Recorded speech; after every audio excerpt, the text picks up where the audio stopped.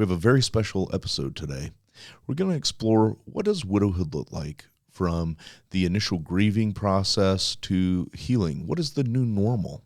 We have a very special guest with us, Miss Lee Ann Cartwright, and I think you'll enjoy today's episode. All right, grab your favorite mug. It's time for coffee with your retirement coach. In today's episode, as we explore widowhood, I thought was interesting some of the statistics here in the United States. According to the U.S. Census Bureau, the average age for widowhood is 59. More than half of women 75 and older are widowed. I think this is a really important conversation to have. And behind the clipboard today, we have our coach, Randy Yeomans. And I believe he and Lee Ann are going to have a really excellent conversation around this. And I think our audience is really going to enjoy it. So, Randy, as we start into a conversation around the initial shock and grief, appreciate you taking the time to kind of have, steer this conversation.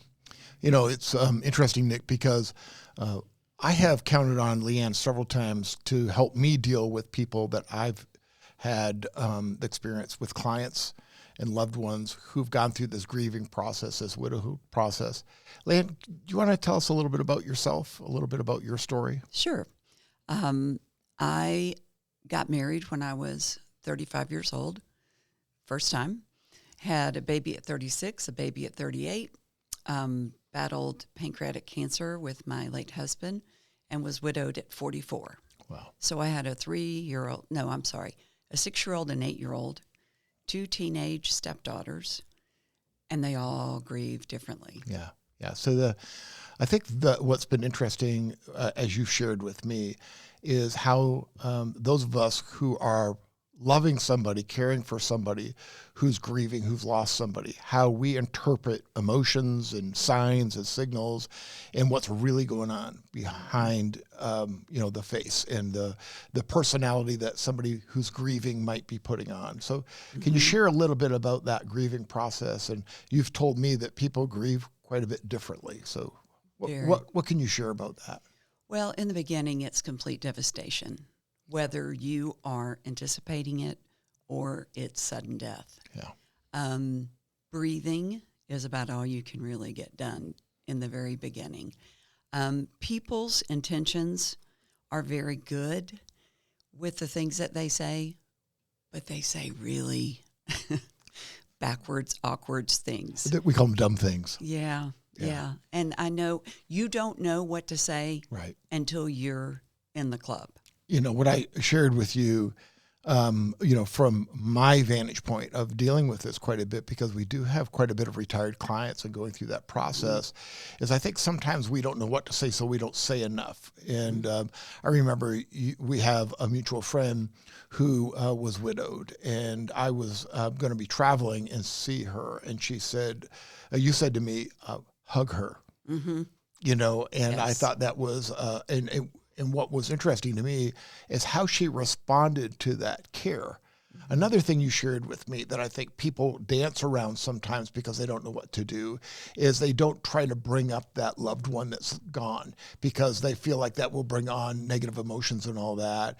And you shared with me that actually that it's really important to bring them up to let them know that they're not forgotten. Can you share a little bit more about that? Say their name. Yeah. Talk about them. Talk about your relationship, the happy times, anything, so that the loved one is not forgotten. Right. So, so in that grieving process, people handle that differently. Some people isolate. Other people seek, outside help like therapy and maybe counseling or a bereavement group. What's your thoughts on that? I think it's very important. Now, my situation's a little bit different than the average because I had small children. So I took them to a bereavement group every Wednesday for about 2.5 years. And mine were so young, it was called child therapy, play therapy. But all of the widows and widowers, we had a few, all sat together with the director, and he poured into us all of the things we'll need. I'm thinking back about the conversation we had about that and some of the ways people were dealing with that. Like some people felt they didn't do enough? What could I've done more? And other people felt like such a significant loss. And then other people, I think you shared with me, almost felt guilty because they felt some relief. Like the what you're sharing with me is like that grieving process is very individual and very different one person to another. Not every marriage is perfect. And so when we were in this bereavement group, the director shared, it is okay if you feel some relief. Not every marriage is perfect. Yeah. So, and especially if they've had a long illness, because that grieving process starts long before the day they're pronounced deceased. So, Lee Ann, one of the things that I've often heard is that, while some people isolate, some people feel extremely lonely. Can you talk a little bit about that? Because it's hard for me as an outsider looking in and wanting to be of help and wanting to minister to somebody. Yes. But how do you go about, addressing folks who might be experiencing two very different things? First of all, ask. Don't be afraid to ask them. The other thing is there's a difference in being alone and being lonely. And so you'll know if someone's isolating and they want to, because they don't answer calls, they don't text back, they don't answer the front door. But people that want you around, if you ask, they don't want to inconvenience you, but you'll be able to tell, I think, if they want. That's good. Yeah, somebody to be with them. That's really good advice. So, Lee Ann, Randy and I have both walked through, the grieving process with different people in the past, but, I personally haven't been through it the way that you or other folks have. How could someone like myself or Randy show up and be there for somebody in a supportive way when, we've had maybe a lack of experience in walking day to day with somebody in that process? Normally, they are surrounded during the death, the funeral, and then the dust settles. I think that's when people need to come around, and whether they talk with them, sit with them, do a meal train. I think something people shouldn't say is, just let me know what you need. No. Their grass needs to be cut every week. You know that they are not going to be cleaning their home. You know that they might need child care. Depending on how they're handling the situation, they may not even want to leave their home. And all those things have to be done. Don't offer. Just say, I'll do this. Oh, that's good. And it's just one less thing for them to think about. No more decisions. Some people don't even know how to pay bills. Yeah. If you have that and you can offer it to them, a lot of ladies don't know how to do that online. Yeah. So don't just say, if you need anything. If you need anything, let me know. Yeah. They need something. There's so much going on, and you're in such a dark place that you're not thinking about your checklist. Yeah. Yeah, no, that's really good advice because, I don't want to be so, I don't want to be forceful and I don't want to, push. But what you're saying is really sometimes more of the opposite is true, where we're too, we're leaning backwards and we should be leaning forwards. Yeah. That's good. No, that's great advice. Did you have anybody that stepped up for you in an area? Most definitely. My sister and my mother. Yeah. I didn't even like to go to carpool. Yeah. Because people wanted to speak, hug me, and all I did was cry. So I chose not to do that a lot. And I think you also shared that it's okay to cry. I mean, people are Oh, grieving absolutely. differently. People you'll get people that. want you to stop crying. Like they think if you stop crying, you're good. If you're not crying, people perceive that as the opposite. They think you're doing well. They don't know it's just a dry spell. Yeah. Because we try to make everybody else feel good. So if somebody says, "How are you doing?" and you say, "I'm good," they feel good. She's doing okay. Yeah. You're not. They would like you to say that in Yes. reality. They're not. You're They're not. Yeah. That grieving process, How long does that last? Oh, gosh. It's different for everybody. But there are people that grieve for a very, very long time. And it changes you. And you should be changed. Yeah. So Yeah. it's different for everybody. Yeah. And it comes in waves. Some days are better than others. Some weeks are better, months, years. And then you can have something happen or a big event and it comes back in. Right. And that's okay. And that is absolutely okay. Yeah. So, Lee Ann, as somebody is entering into widowhood and they're navigating things like, a different, social network, where, maybe you were couples that used to go out on double dates or, you did some summer travel together, et cetera. Yes. Can you talk a little bit about what those social changes look like as somebody is going through that process? That is a great question. We did a lot of things with couples, and what I found was there are certain couples that don't really want to go with a single person to dinners, to travel, to things of that sort. A lot of people experience where the other couples, the wives, don't necessarily want a single woman joining them. And it's unfortunate because we've lost our husband and they don't really like their husband very much. So if you don't like him, why would I want him? So, but it's sad. Yeah, it's sad because you're losing friends and you're losing contacts. And I think one of the best things you can do, whether it's through a bereavement group, your church, any type of outlet that has other widows, they understand. Yeah. They understand laughing one minute, crying the next. They understand all the dynamics of the family, and it's just a great support group. Yeah, awesome. Thanks for sharing that. Randy, I know one of the things that we've heard from, clients that have lost loved ones is kind of that journey of healing and that. And I know you've overheard things, but Lee Ann, I'm sure you've got some great input here. I mean, as somebody is, kind of going through that bereavement process, and, like you just said, for different lengths of time, that's going to look different for different people. What does the start of that healing process really look like? For me, the first year, I cried every day as long as my children weren't around because I was trying to be strong. The second year, I tried to grieve every other day. And you can stay in sadness and sorrow. People will let you. But it takes a lot of energy to be sad all the time. Yeah. So that second year, I thought, okay, I've got to get better.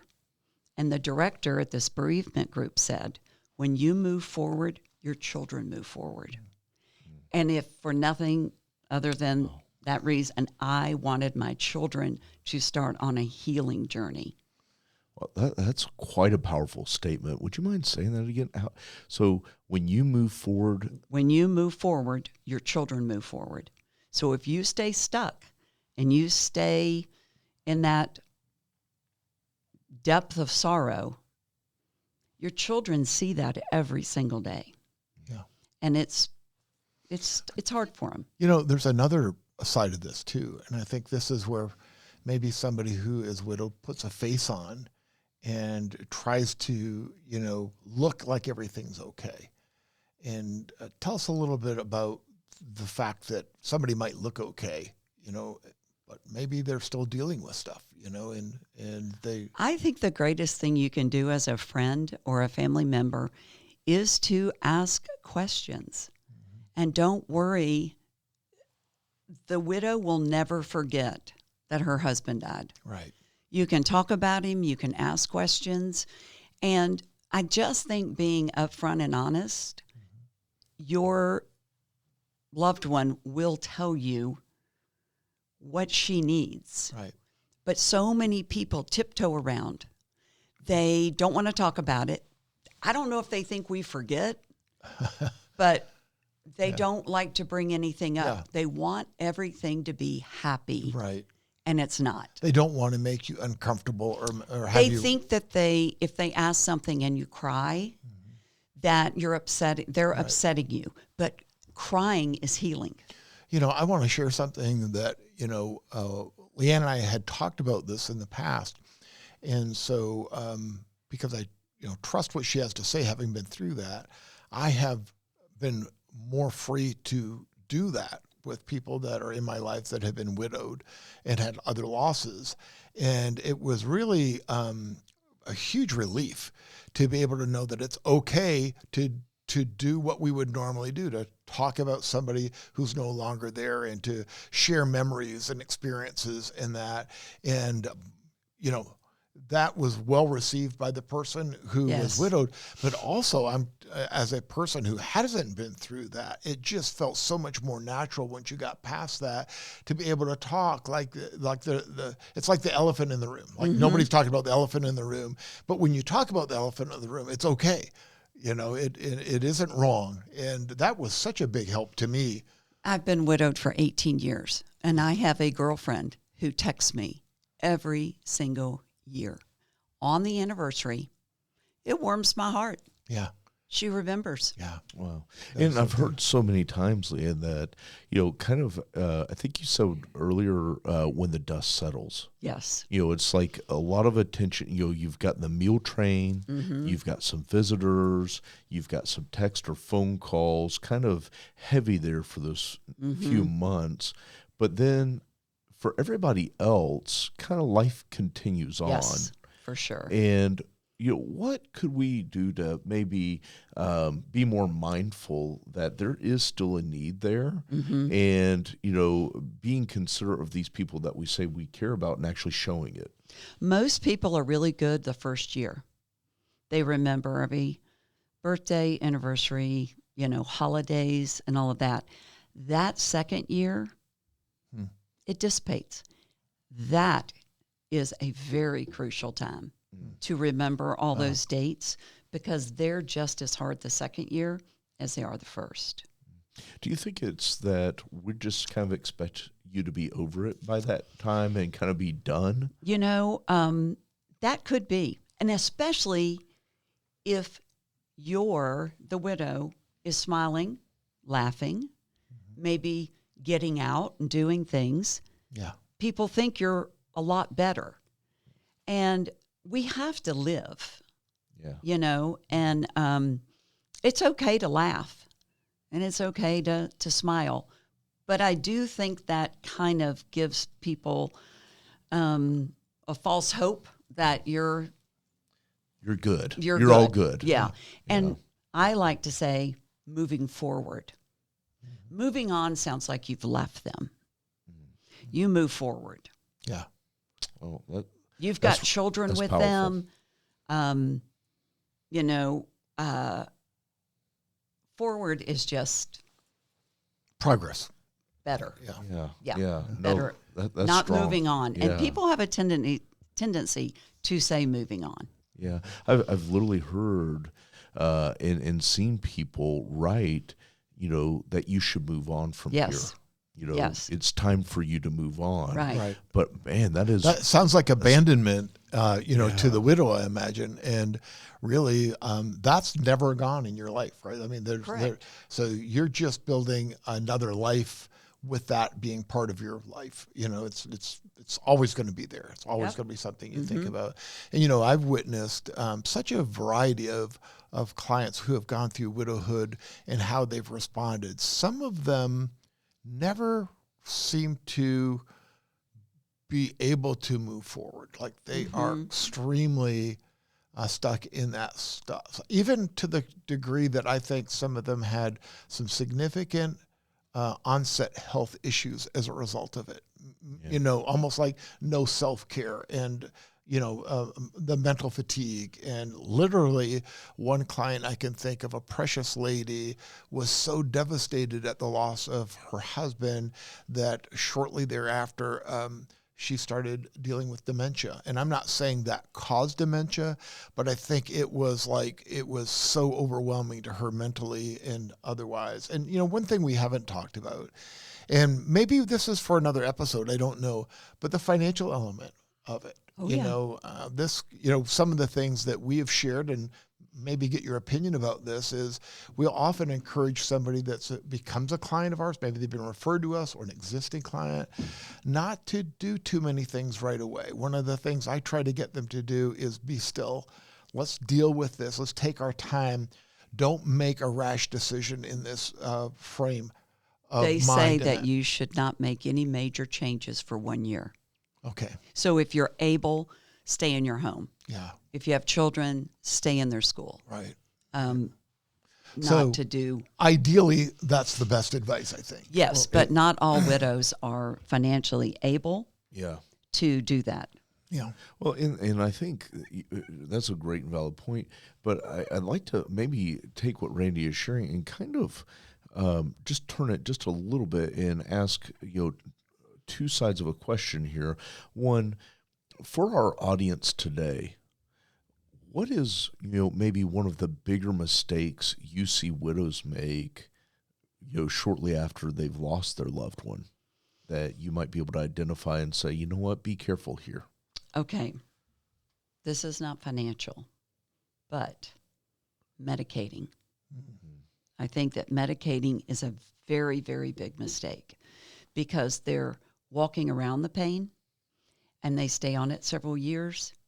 They want to come off and all that grief is sitting there. Wow. So my thought is walk through the pain while you've got your whole support system. Yeah. And you've got everybody. They're not going to get it 4 years later. They'll be like, what's wrong? Yeah. Oh, that's so good. I don't even know if I answered your question correctly. I think you did. I think you nailed it. That's a big thing. And for those that are wanting to come around as a community to support that person, what's one of the bigger mistakes you might see the community around make? Well, one of the first things is what they say to them. Yeah. At least you got to say goodbye.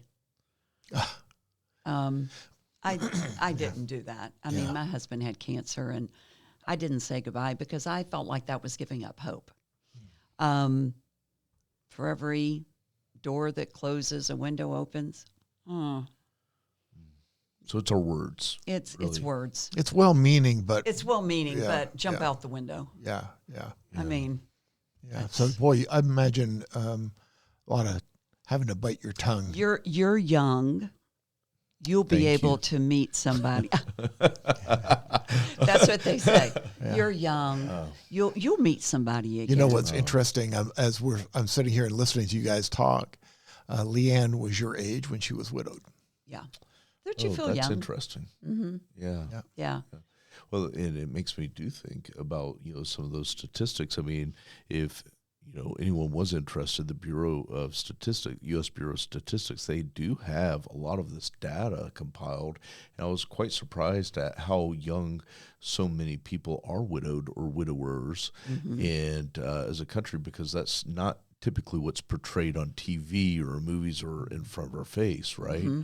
And as we're living longer and longer, the probability of somebody being widowed, for an extended period of time is very real. Mm-hmm. Lee Ann, when you were in your bereavement group and you were dealing with this, one thing you shared with me is that they kind of put you in a group related to how old the children were at the time. Yes. And so, because it was their therapy. Right. And we were fortunate enough that the director chose to stay and sit with the widows. There were a few widowers. That's what I was actually going to ask you, because I wonder what those differences are between somebody who is female with children or not with children being widowed and the man who is a widower. Men remarry. Oh, they do? Very quickly. Statistically, they marry between 1 and 5 women know years. Better, right? So that's interesting, because what we would often say in our meetings with our clients that we want to really take very good care of our female clients, and we would somewhat joke with the men, especially if they were engineer types, because one of the scenarios is that statistically, our last client is female, because women do outlive their husbands statistically. But we do have quite a few widowers. You need to have a class on Finance 101 for widows. Yeah. So many don't. Yeah, that's an interesting thing. Have. With the age that Nick was talking about, the average person being widowed, a lot of times at 59 or so, they're empty nesters. Not always, but often they are. And I think what we've witnessed in our financial planning practice is that people who are around that age today and a little bit older, as they're raising children, it seems like there's a divide and conquer. In other words, the wife takes care of all these things for the home and family, and the husband takes care of these things for the home and family. And frequently in this age group, not always, but frequently, a lot of the financial stuff falls into the husband's hands, like it or not. And then if they're out of the picture, then in addition to grieving, the widow has to deal with gathering the finances and the knowledge, and that's got to be a difficult And people thing. will take advantage. Yeah. In your darkest hours. Yeah. That's the story. And I also think that because I married later in life, I had lived on my own. Yeah. I had paid my bills. Right. I had bought a house, things like that. But oftentimes I think when people marry young, 20, 22, and they start that life together, oftentimes the men take on that, the women take on the home, the children. Not that they can't do it. Right. I just think that's kind of how... divide and conquer. Yeah. But, and I also think it's because of these things that I've witnessed in our practice that, when, Suzette and I, we were 22 when we got married, right off college, and her mom's a widow. And, Suzette's very independent in that. But what we did was we had a conversation around finances that, honey, you do these things and I'll do these things financially related. Like she runs our household finances as an that's example. That's what I did. But we have regular ongoing conversation that is very, very intentional around, here's what's in the bank. Here are the bills that are coming up. Here are the things that we're expecting to budget towards, et cetera. So Nick, I got to ask, does she have you on a pretty tight string there? I'm on one budget. I'm on one budget. Do you know what my budget is? No. I'm on a butcher's budget. Apparently, I spend too much money at the butcher. No, I think that's good. So, as we're kind of concluding today's episode, I'd like to end this with, what are some words of hope and encouragement to the audience that we have today that are currently going through this process? Is there anything that you could share there? Well, it's a journey, not a sprint. Yeah. Don't try to rush the grieving process. There is life after loss, and there's also love after loss if you open your heart. Yeah. Oh, that's really good. Yeah. Really good. God gives us the ability to love more than once. Yeah. Yeah. Yeah. Amen. No, that's so good. Randy, any final remarks from you? No, I just want to say how much I appreciate what you've shared with us today and also what you've shared in the past. And I was telling Nick how insightful it was and how I realized that, as a financial planner and we really want to take good care of our clients. Yes. But I think one of the challenges is nobody teaches you the things that we've talked about today. So we run around on instinct or what we've seen other people do, and we say dumb things, and we well-meaningly say, well, if you need anything, instead of actually diving in and helping. And you've just given some great insights to the listeners, and I would wrap up with a couple of things. One, don't be afraid to hug somebody who's grieving. Don't be afraid to just sit and listen, and don't judge them maybe because of the emotions that they're dealing with, is they're doing okay or they're not doing okay. It's a process, as you said. It's not something, where we can all just push a button and it's over with. If they're crying, they're healing. Yeah. Yeah, there's so much meat to the things that you shared with us. So there's two parts to this that I thought were pretty important. One, the side of the person going through the grieving, which is, of course, the most important part. How do we nurture, support them, be really active, say the right things, instead of just being well-intended, what can we really do? And then on the other side, where you're loving and caring for somebody who is grieving, being better at it. Being better at doing those things that we can do. And as a firm, I think this has been very helpful because it gives us fresh eyes on stuff. And, I think, Nick, last year we lost 12 clients, to different illnesses and stuff. And so it is something that we're dealing with a lot in the office and dealing with, helping people recoup and on the financial side, but we are not well trained. You've helped us quite a bit on the on the side. Financial side too. If you are close to this individual, find out if they were left in a comfortable position. Yeah, not everybody has insurance. That's great because they may need financial help. Right. In doing this, as we conclude today, I've met with widows and widowers on all kinds of economic scale. Yes. Where they had a lot of insurance and a lot of assets to there might not be enough by the end of next month. Yes. And what's interesting to me is that I, from a level of life insurance standpoint, from barely anything to multiple times more than they would ever need, all of the widows I've ever met with were grateful for what they had, what they were left, but most of the time none of them felt like it was enough. So, oftentimes operating in fear and concern. So, Randy, to your point, I think another kind of, bereavement or widowhood episode towards, what to do from a financial standpoint in that scenario probably make a lot of sense. Yeah. But for our audience today, I hope you got a lot of value out of this. I think there were a lot of treasures in here, lots of nuggets of wisdom that were shared today. If you're going through the process, I want you to know you're not alone. You're loved and you're cared about. And I know there are probably people who are very interested in being there for you, but sometimes we just don't know how. But I hope that more and more people learn how to support you as you're going through that process.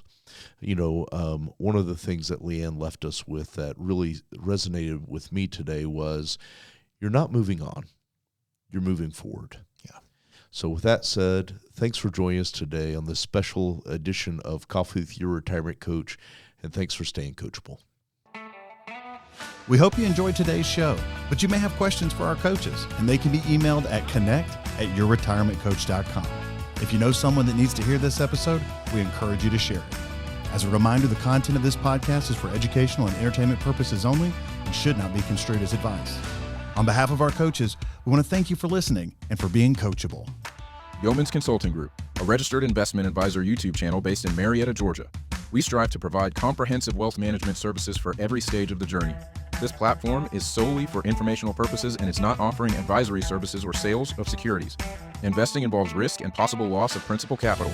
Comments by viewers or recognitions are no guarantee of future investment outcomes and do not ensure that a viewer will experience a higher level of performance or results. Public comments posted on this site are not selected, amended, deleted, or sorted in any way. If applicable, certain editing of personal, identifiable information and misinformation may be deleted. The opinions expressed herein are as of the date of publication and are subject to revision due to changes in the market or economic conditions and may not necessarily come to pass. This podcast was filmed at Podium Studios at Marietta Square. Grow your business with turnkey, professional quality podcasting, live streaming, and online events. Don't worry about editing. Don't worry about anything. Just come in and record. Learn more at thepodium.studio. Step up to the podium.